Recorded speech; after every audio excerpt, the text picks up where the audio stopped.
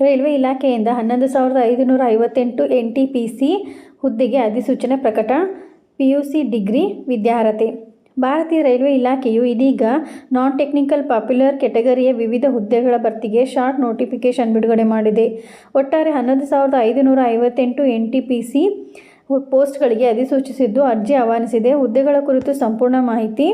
ಭಾರತೀಯ ರೈಲ್ವೆ ಇಲಾಖೆಯು ಈ ವರ್ಷ 5ನೇ ಮತ್ತು 6ನೇ ನೇಮಕಾತಿ ಅಧಿಸೂಚನೆಗಳನ್ನು ಇದೀಗ ಒಟ್ಟು 11,558 ಹುದ್ದೆಗೆ ಬಿಡುಗಡೆ ಮಾಡಿದೆ. ಗ್ರ್ಯಾಜುಯೇಟ್ ವಿದ್ಯಾರ್ಹತೆ ಹೊಂದಿರುವವರಿಗೆ ಒಟ್ಟು 8,113 ಹುದ್ದೆಗಳಿವೆ ಹಾಗೂ ಅಂಡರ್ ಗ್ರ್ಯಾಜುಯೇಟ್ ವಿದ್ಯಾರ್ಹತೆಯುಳ್ಳವರಿಗೆ ಒಟ್ಟು 3,445 ಹುದ್ದೆಗಳಿವೆ. ಈ ಎಲ್ಲ ಹುದ್ದೆಗಳಿಗೆ PUC ಪದವಿಯನ್ನು ತಾಂತ್ರಿಕೇತರ ವಿಷಯಗಳಲ್ಲಿ ಪಾಸಾದವರು ಅರ್ಜಿಯನ್ನು ಹಾಕಬಹುದು. ಗ್ರ್ಯಾಜುಯೇಟ್ ವಿದ್ಯಾರ್ಹತೆಯುಳ್ಳವರಿಗೆ ರೈಲ್ವೆ NTPC ಹುದ್ದೆಗಳ ವಿವರ ಮತ್ತು ಹುದ್ದೆಗಳ ಸಂಖ್ಯೆ. Chief commercial cum ticket supervisor 1,736, station master 994, goods train manager 3,144, junior account assistant come typist 1,507, senior clerk cum typist 732. ಒಟ್ಟು ಹುದ್ದೆಗಳ ಸಂಖ್ಯೆ 8,113. ಅದೇ ರೀತಿ ಗ್ರ್ಯಾಜುಯೇಟ್ ವಿದ್ಯಾರ್ಥಿಯುಳ್ಳ ರೈಲ್ವೆ NTPC ಹುದ್ದೆಗಳಿಗೆ ಅರ್ಜಿಯನ್ನು ಹಾಕಲು ನಿಗದಿತ ದಿನಾಂಕಗಳು. ಆನ್ಲೈನ್ ಮುಖಾಂತರ ಅರ್ಜಿ ಸ್ವೀಕಾರ ಆರಂಭಿಕ ದಿನಾಂಕ 14/9/2024. ಆನ್ಲೈನ್ ಮೂಲಕ ಅರ್ಜಿಯನ್ನು ಸಲ್ಲಿಸುವ ಕೊನೆಯ ದಿನಾಂಕ 13/10/2024. ಅಂಡರ್ ಗ್ರ್ಯಾಜುಯೇಟ್ ವಿದ್ಯಾರ್ಥಿಯುಳ್ಳವರಿಗೆ SSLC PUC ರೈಲ್ವೆ NTPC ಹುದ್ದೆಗಳ ವಿವರ.